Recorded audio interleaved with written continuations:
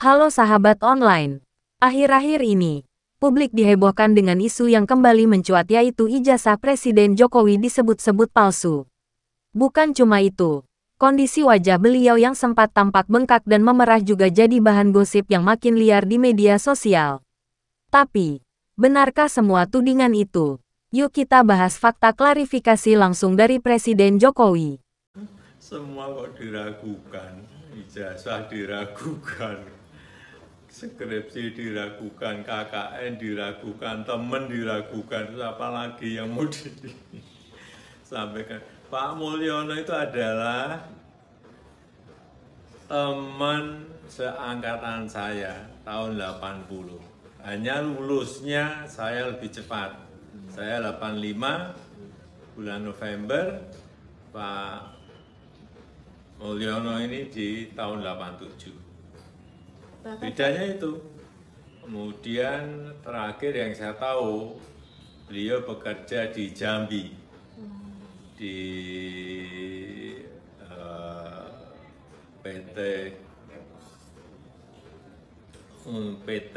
sebuah PT untuk pelestarian dan konservasi hutan. Apa nama PT-nya? PT Ekosistem Hutan.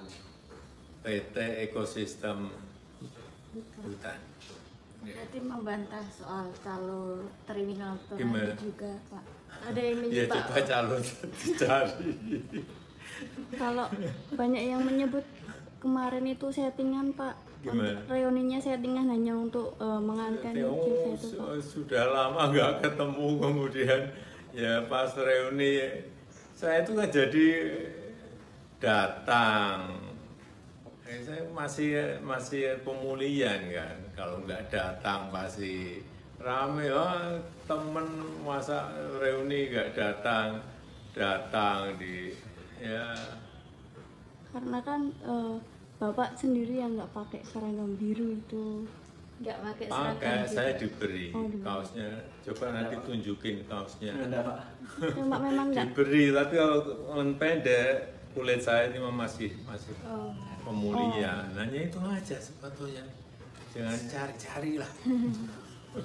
Kalau tanggapan Lengannya lengan. Langit Solo mendung sore itu. Di balik jendela, mantan Presiden Joko Widodo sedang duduk santai dengan secangkir teh hangat. Ia baru saja pulang dari kunjungan luar negeri, kunjungan yang penuh tekanan diplomatik, dan kini ia harus menghadapi tekanan yang lain. Wajahnya jadi bahan perbincangan publik. Media sosial ramai membicarakan perubahan wajahnya yang tampak bengkak dan penuh bercak merah. Netizen berkomentar pedas, bahkan ada yang menyebutnya mengidap penyakit langka, sindrom Stevens-Johnson. Tak sedikit pula yang menuding ini adalah pertanda tersembunyi, isu yang langsung dikaitkan dengan teori konspirasi dan politik kotor. Ajudannya, Kompol Syarif M. Fitriansyah, dengan tenang menjelaskan pada media bahwa Presiden hanya mengalami alergi kulit biasa, reaksi dari udara dingin ekstrim selama berada di Vatikan. Tapi penjelasan itu tak cukup meredam gelombang komentar miring. Jokowi tahu, di era digital ini, kebenaran sering tenggelam oleh suara yang paling keras. Ia menatap cermin, mengelus wajahnya pelan. Tak semua luka terlihat di kulit, kadang di hati, gumamnya. Belum reda isu wajah, gelombang baru menyerbu. Tuduhan lama tentang ijazah palsu kembali naik ke permukaan. Kali ini lebih serius, ijazah asli miliknya disita penyidik untuk diselidiki ulang, dan ia dijadwalkan menjalani pemeriksaan di Mapolresta Solo. Jokowi tersenyum pahit saat membaca berita itu. Sudah lebih dari 10 tahun ia menjadi presiden, tetapi tuduhan itu tak pernah benar-benar hilang.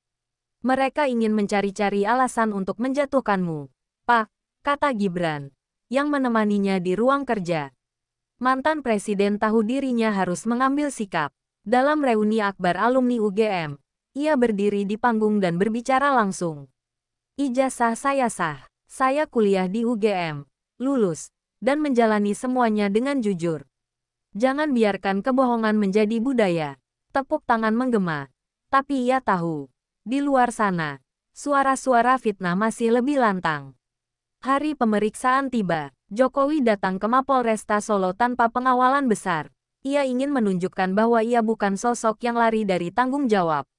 Di dalam ruang pemeriksaan, ia dicecar 45 pertanyaan. Jawabannya tenang, terstruktur, penuh data. Di luar, media berkumpul. Para pengamat mulai berpendapat.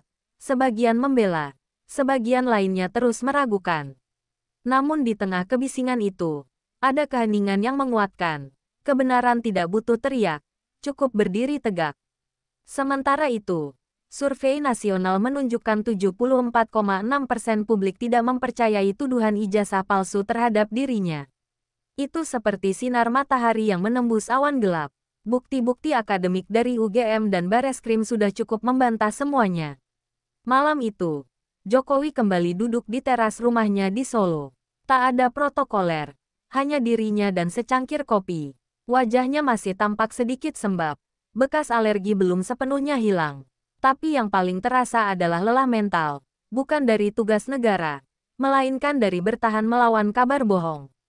Kenapa mereka masih menyerang? Padahal masa jabatan saya tinggal sebentar lagi. Katanya lirih kepada Iriana yang duduk di sampingnya. Iriana hanya tersenyum, menggenggam tangan suaminya. Karena kau tetap jadi ancaman. Meski kau tak lagi berkuasa. Ia terdiam. Malam makin larut. Dan suara jangkrik mengisi sunyi. Tapi ia tahu, badai tak akan selamanya menguasai langit. Beberapa minggu kemudian, wajah presiden sudah pulih. Ia kembali melakukan kunjungan ke Sumatera Utara, menyapa warga, membagikan bantuan, dan berbicara dengan penuh semangat. Klarifikasi yang dulu hanya berupa kata, kini menjelma tindakan nyata. Media mulai bergeser membahas hal lain. Para pembuat rumor perlahan kehilangan bahan. Di panggung politik, Jokowi tetap berdiri sebagai pemimpin yang tidak lari dari sorotan, bahkan ketika ia sendiri yang jadi sasarannya. Kini, ia tinggal menghitung hari menuju akhir masa jabatannya. Tapi ia tahu, lebih dari sekadar jabatan, yang ia jaga adalah nama baik dan kepercayaan rakyat. Saya mungkin bukan pemimpin sempurna, katanya dalam wawancara terakhir, tapi saya tidak pernah memalsukan siapa saya. Dan kata-kata itu, bagi jutaan rakyat, cukup untuk percaya lagi. Ini bukan soal membela siapa, tidak. Tapi bahwa kami dalam posisi ini adalah menjelaskan sebagai sebuah lembaga yang memiliki dokumen ini mahasiswa kami dulu atau tidak, dan lulus atau tidak. Itu sudah kami jelaskan dan Joko Widodo itu lulus pada November ya. 5 November 1985 sesuai dengan catatan di dokumen Fakultas Kehutanan ya. Jadi saya kira itu teman-teman, kita tidak akan masuk ke dalam polemik, terutama polemik di sosial media.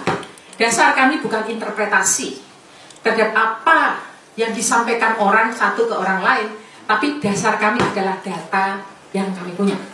Begitu saya kira dari kami kita cukupkan ya. Kemudian kami juga sampaikan, kami punya press release apabila ada keinginan untuk kami menunjukkan data-data itu secara detail, secara telanjang gitu. Kami bertanya, kami harus, ini siapa yang paling berhak untuk membaca dokumen kami. Tidak semua orang bisa datang dan kemudian melihat semua ya. Nah nanti kami persilahkan apabila nanti kemudian ada proses pengadilan atau apapun, UGM siap. Misalnya sebagai saksi ya, kami siap. Memang kelihatannya ada agenda besar politik di balik isu-isu ini, ijazah palsu, isu pemakzulan. Ini perasaan politik saya mengatakan ada agenda besar politik untuk menurunkan reputasi politik, untuk mendowngrade yang ya buat saya biasa-biasa aja. Termasuk isu yang untuk pemakzulan Mas Gibran termasuk itu. Jadi ijazah palsu, pemakzulan Mas Wapres, saya kira ada agenda besar politik Dan ya, biasa aja, biasa. Setelah Presiden Jokowi menyampaikan klarifikasinya, publik pun terdiam sejenak. Ucapan beliau yang tenang namun tegas, menghempaskan segala tuduhan yang sempat meramaikan media sosial selama berhari-hari. Tak banyak pemimpin yang berani menghadapi isu sensitif secara langsung. Namun Jokowi, di tengah tekanan, memilih untuk tetap hadir dan menjelaskan duduk perkara tanpa menghindar. Dengan nada rendah dan bahasa yang sederhana, ia menegaskan bahwa ijazah yang dipertanyakan itu benar adanya. Ia menyelesaikan kuliah di UGM dengan proses normal, seperti mahasiswa lainnya. Momen klarifikasi itu membuat sebagian publik tersadar bahwa di balik viralnya kabar dan komentar, ada manusia yang tengah menjadi sasaran fitnah. Sebagian netizen mulai meminta maaf. Sebagian lagi tetap bersikeras bahwa mereka butuh lebih banyak bukti, meski kebenaran sudah disampaikan langsung dari sumbernya. Namun begitulah dunia hari ini. Ketika berita benar disampaikan, terkadang ia kalah cepat dibanding hoaks yang berlari lebih dulu. Presiden Jokowi tak melawan dengan amarah. Ia tidak membalas dengan menyalahkan rakyatnya, atau menyudutkan siapapun. Ia hanya berkata, "Saya mungkin bukan pemimpin sempurna, tapi saya tidak pernah memalsukan siapa saya." Kalimat yang singkat, namun terasa dalam. Setelah klarifikasi itu, sejumlah tokoh akademisi dan lembaga pun angkat bicara. UGM menyatakan datanya lengkap.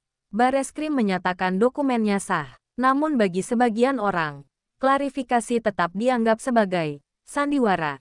Sebuah pola lama. Ketika bukti muncul, mereka berganti tudingan. Meski begitu, Jokowi tetap memilih diam. Bagi dia, waktu lebih jujur daripada argumen kosong. Tak ada yang tahu bagaimana perasaan beliau saat pertama kali mendengar tudingan itu. Tapi satu hal yang jelas, ia memilih menyelesaikannya dengan kepala tegak, bukan dengan emosi. Ini bukan soal politik semata. Ini tentang bagaimana kita, sebagai bangsa, belajar membedakan fakta dan fitnah. Dan kini, setelah klarifikasi disampaikan, publik diajak merenung. Apakah kita mau terus hidup dalam dunia gosip, atau memilih untuk lebih bijak dalam menyaring informasi? Tentu Kak, berikut ini lanjutan dari narasi setelah klarifikasi Presiden Jokowi. Menambahkan lagi 20 paragraf dengan gaya reflektif dan dramatis, pas untuk menutup video yang menyentuh dan bermakna panjang. Klarifikasi itu bukan hanya soal membela diri, tapi soal menjaga integritas. Presiden tahu, membiarkan fitnah menyebar tanpa jawaban bisa melukai kepercayaan rakyat. Namun ia juga sadar, menjawab pun tidak akan menutup semua mulut yang sudah terlanjur menuduh. Di era digital ini, kebenaran seringkali tidak cukup menarik untuk diviralkan. Yang disukai adalah drama, yang dicari adalah sensasi, dan sayangnya, kebenaran jarang punya keduanya. Tapi Jokowi tidak sedang ingin viral, ia hanya ingin meluruskan apa yang bengkok, menjernihkan air yang sudah keruh. Beberapa tokoh oposisi langsung membalas klarifikasi itu dengan tudingan baru. Ada yang bilang itu pencitraan. Ada pula yang menuduh klarifikasi itu terlalu terlambat. Namun pertanyaannya, apakah ada waktu yang cukup cepat untuk melawan hoaks yang dibuat secara terorganisir? Atau memang tak ada waktu yang cukup bagi mereka yang tak ingin percaya? Di sisi lain, banyak rakyat biasa yang mulai merasa iba. Mereka yang awalnya ikut menyebarkan tuduhan, kini justru merasa malu. Karena setelah mendengar sendiri penjelasan dari mulut Presiden, mereka sadar, mereka hanya ikut arus. Mereka tak pernah benar-benar cari tahu. Dan itulah bahaya media sosial. Kita semua bisa menjadi hakim, bahkan tanpa mengenal siapa yang kita adili. Presiden Jokowi telah menjalani 8 tahun pemerintahan dengan berbagai cobaan. Tapi kali ini, cobaan itu datang bukan dari krisis ekonomi atau pandemi, melainkan dari warganet yang tak lagi tahu mana fakta, mana fitnah. Namun di tengah semuanya, ia tetap memilih jalur tenang. Ia tak memperkeruh. Ia tak melawan dengan suara keras. Ia hanya menyampaikan yang perlu disampaikan. Dan setelah itu, ia melanjutkan tugasnya seperti biasa, seolah badai itu tak pernah ada. Siap Kak. Berikut ini lanjutan narasi pasca klarifikasi Presiden Jokowi. Sebanyak 30 paragraf tambahan. Masih dalam suasana dramatis. penuh refleksi, dan cocok untuk konten video berdurasi panjang. Terkadang, diam adalah jawaban paling kuat, dan itulah yang dipilih Presiden Jokowi setelah semua dijelaskan. Ia tak lagi menanggapi komentar demi komentar. Ia tak mengejar pembenaran di tiap kanal media sosial. Ia tahu, apapun yang dia ucapkan akan tetap ditafsirkan sesuai selera mereka yang membenci. Namun rakyat yang jernih pikirannya akan bisa menilai sendiri mana yang bicara dengan data, mana yang hanya bersuara karena ingin menjatuhkan. Di berbagai grup WhatsApp, klarifikasi itu mulai dibagikan. Tak sedikit pula yang akhirnya berkata, ternyata tuduhan itu tidak berdasar. Sayangnya, masih ada sebagian yang menganggap klarifikasi itu hanya sebuah skenario. Mereka lupa, tidak semua klarifikasi dibuat untuk menang, kadang hanya untuk menjernihkan. Jokowi bukan hanya sedang membela ijazahnya, ia sedang menjaga sejarah hidupnya agar tidak ditulis dengan kebohongan. Sejak muda, ia memang tidak banyak bicara, lebih sering bekerja daripada tampil, dan mungkin itu sebabnya ia tidak pandai menghadapi dunia penuh gosip. Namun, rakyat yang benar-benar mengenalnya pasti tahu, ia tak akan mau berdiri di panggung tertinggi bangsa ini dengan kebohongan di pundaknya. Ia tumbuh dari keluarga sederhana, masuk UGM dengan perjuangan, bukan koneksi, lulus dengan kerja keras, bukan titipan. Semua itu tak akan pernah terekam di berita besar, tapi terekam di hati orang-orang yang pernah berjalan bersamanya. Isu tentang ijazah palsu ini hanyalah satu dari banyak peluru yang diarahkan padanya. Sebelumnya ada isu Jokowi keturunan Tionghoa, PKI, hingga boneka asing. Namun semua itu selalu dibantah bukan dengan marah, melainkan dengan kerja nyata dan ketenangan yang tidak dibuat-buat. Begitu pula kali ini, ia tidak muncul dalam video marah-marah. Ia hanya datang ke acara alumni UGM, berdiri, lalu bicara singkat tapi jelas. Dan publik pun kembali dihadapkan pada dua pilihan, menerima fakta, atau terus hidup dalam spekulasi. Sayangnya, bagi sebagian orang, fitnah lebih mudah dipercaya daripada kenyataan. Karena fitnah sesuai dengan prasangka mereka, tapi waktu akan terus berjalan, dan sejarah akan mencatat siapa yang jujur, dan siapa yang hanya pandai membuat kegaduhan. Ketika masa jabatannya nanti usai, mungkin banyak hal yang dilupakan, tapi satu hal yang akan tetap hidup, bagaimana ia menghadapi badai, dengan kepala tegak dan hati yang tetap tenang. Ia tidak membalas dengan benci. Ia tidak menuding balik, ia hanya memberi kesempatan kepada publik untuk berpikir. Dan semoga, kita sebagai rakyat tidak menjadi generasi yang menghancurkan pemimpin. Hanya karena kita lebih percaya pada komentar daripada klarifikasi. Kita semua tahu, menjadi pemimpin di negeri ini bukan hal yang mudah. Bukan hanya soal memimpin rakyat, tapi juga menghadapi ribuan opini yang saling bertabrakan setiap hari. Jokowi tidak asing dengan kritik. Ia pernah dicaci karena banjir, dituding karena proyek, bahkan dihina karena logat Jawanya yang medok. Namun, semua itu tak membuatnya mundur. Ia tetap berjalan, bukan karena merasa kuat, tapi karena tanggung jawabnya lebih besar dari egonya. Dan sekarang, ketika ijazahnya dipertanyakan, ia tidak lari dari pertanyaan itu. Ia justru muncul, menjawab, dan membiarkan publik menilai sendiri. Yang membuat banyak orang tertegun bukan hanya isinya, tapi cara ia menyampaikannya. Tenang, tidak menggurui, dan tidak memaksa orang untuk percaya. Ia tidak berkata, "Saya benar, kalian salah." Ia hanya bilang, "Inilah faktanya. Terserah kalian mau percaya atau tidak." Kalimat itu sederhana, tapi terasa menamparkan bagi mereka yang sejak awal memelihara keraguan. Karena ia tidak sedang membela dirinya sendiri. Ia sedang memberi pelajaran kedewasaan. Di zaman di mana semua orang bisa jadi ahli, hanya karena punya akun sosial media. Kebenaran sering dikalahkan oleh narasi yang lebih seru. Tapi Jokowi tetap pada jalannya. Ia tahu, tugasnya bukan membuat semua orang suka, tapi memastikan negeri ini tetap berjalan. Dan hari ini, setelah semua penjelasan itu keluar, kita bertanya pada diri sendiri. Apakah kita sudah cukup adil menilai pemimpin kita? Atau kita justru ikut menyebarkan keraguan tanpa pernah mencari kebenaran lebih dulu? Kadang, Tanpa sadar, kita menjadi bagian dari sistem yang menghancurkan bangsa ini dari dalam. Jokowi mungkin tidak akan mengomentari isu ini lagi. Baginya, satu kali cukup. Selebihnya biarlah rakyat yang berpikir. Karena ia percaya, kebenaran tak butuh tepuk tangan. Ia hanya butuh waktu dan ruang yang jernih untuk tumbuh. Kalau kamu merasa cerita ini menyentuh dan penting untuk disuarakan, bantu kami dengan like, komentar pendapatmu di bawah.